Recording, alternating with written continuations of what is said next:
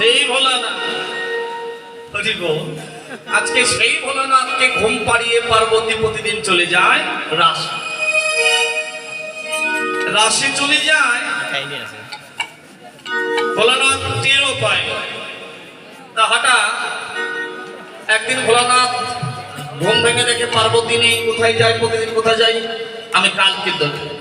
তাই ভোলানাথ একটা পাতলা বসন চোখে দিয়ে ঘুমিয়ে আছে। পার্বতী যোগমায়া চরণ চেপে স্বামীকে ঘুম পাড়াচ্ছে। ভোলানাথ বলছে আজকে যতই মায়া ত্যাগ করো, আজকে তুমি যতই মায়া ঢালো পার্বতী, আমাকে আর তুমি ঘুম পাড়াতে পারবে। পাতলা বসন চোখে দিয়ে ভোলানাথ বড় বড় চোখে তাকাচ্ছে। পার্বতী মনে করলেন স্বামী ঘুমিয়ে পড়েছে, এবার আমি রাশি যাই। তো পার্বতী রাশি যাচ্ছে আর ভোলানাথ এদিকে ভালো করে দেখে পার্বতী রাশি যাচ্ছে। অন্ত ধ্যান হয়ে দেখতে পেলেন রাশি যাচ্ছে। তাই বুঝতে পারলেন রাশি তো পুরুষের অধিকারে ঘটে না, তাই আমাকে নারী শাস্তিতে হবে। সর্বভোজ গোপীরা যাক। তাই ভোলানাথ কি করলেন, নারী সাজলেন। নারীটা কিভাবে সাজলেন, মাথায় যদি বড় বড় জটা থাকে মা, এই থেকে পিছন থেকে জটাটা ভরি ভরি মাথায় জটা, আর ভোলানাথের ভরিটা তো সেই রকম। নারী সাজে তো পেট বড় হয়ে যাচ্ছে, এদিকে ঘোমটা দিচ্ছে তো জটা বের হয়ে যাচ্ছে। তো যা হোক যেভাবে হোক নারী সাজলেন ভোলানাথ। সে যে কোথায় গেলে, রাসমঞ্চে। রাসমঞ্চে গিয়ে গোপীরা দেখছে সেখানে, তিনিও আস্তে করে নারী বেশে নারী ভাবে।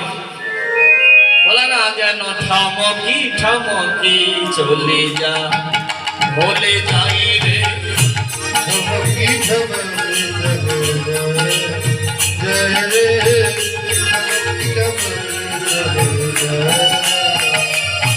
ভুলে যাইয়া।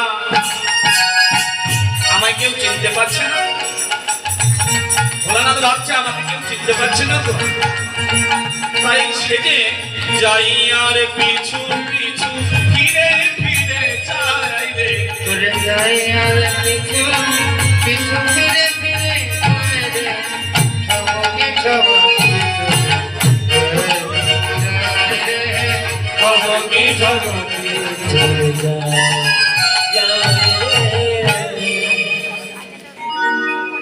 তা কি করলেন ভোলানাথ বলছে না, এভাবে যদি আমি থাকি তাহলে ধরা পড়ে যাব। তাই একটা গাছতলায় গিয়ে বসলেন। ওই নিধুবনের এক গাছতলায় গিয়ে বসলেন ভোলানাথ। এদিকে অন্তর্যামী ভগবান রাসলীলায় অন্তর্যামী ভগবান বুঝতে পারলেন যে কেউ এসেছে।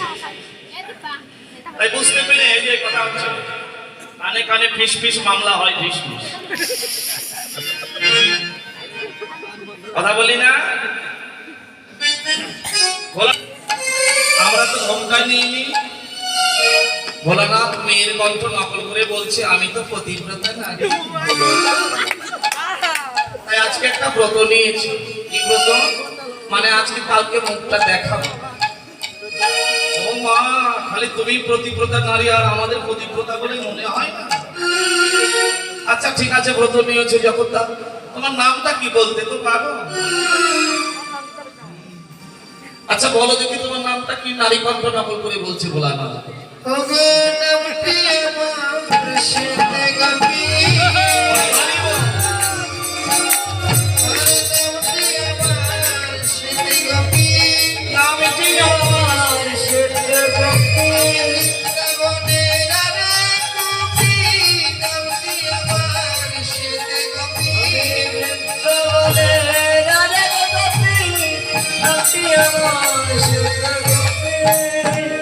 তোমা গোপীরা কি জ্বালা, মুখটাও দেখতে দিচ্ছে।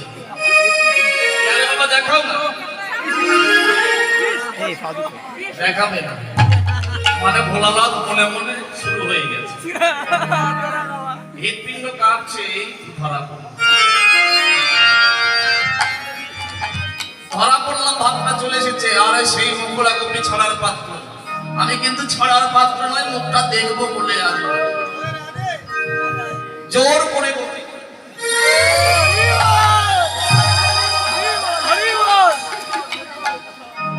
ভোলানাথের বদন দেখেছে মানে কি, জটা গলায় ছিল সাপ, খস করেছে, গোপীরা সবাই পায়। এই কেমন বুদ্ধি বাবা? সবাই পালিয়ে গেছে, একজন এসে সামনে দাঁড়িয়েছে, সে হলো পার্বতী। পার্বতী বলছে, স্বামী তুমি জানো না এখানে রাশি পুরুষদের আগমন ঘটে না? বলে, দেখো পার্বতী, তুমি আমাকে তাড়িয়ে দিও না, আমিও এসেছি রাস কেমন, কিভাবে রাস হয়, ভগবান কিভাবে রাস করে, রাসটা কি আমি বলে, রাস মানে অন্য কিছু নয় স্বামী, রাস মানে হচ্ছে শ্রী গোবিন্দ চরণে, জগৎপতি চরণে সম্পূর্ণভাবে তাকে বিলিয়ে দেওয়া, আত্মার মুক্তি প্রয়োজন। তুমি যাই বলো, আমি তার মানে আমি নিজে চোখে দেখতে চাই, আমি নিজে চোখে দেখবো।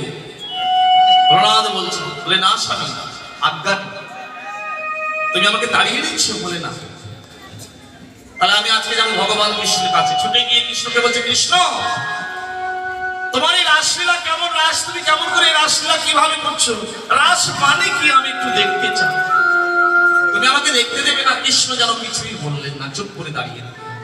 ভোলানাথ ভাবছে আর বলছে, তুমিও চাও না যে আমি রাসে থাকি, তবে শুনে নাও কৃষ্ণ, আমি এই রাসে দাঁড়িয়ে কথা দিলাম বৃন্দাবনে, আগত কলিযুগে আমি আর শিব নয়, আমি অদ্বৈত হয়ে যাব, তুমি যাবার পূর্বে আমি যাব, আর আমার তাকে ছুটে আসবে, সেদিন তোমার গোপন ভজন রাসলীলা আমি নদিয়ার পথে পথে দাঁড়িয়ে দাঁড়িয়ে ঘরে ঘরে, আমি ঘরে ঘরে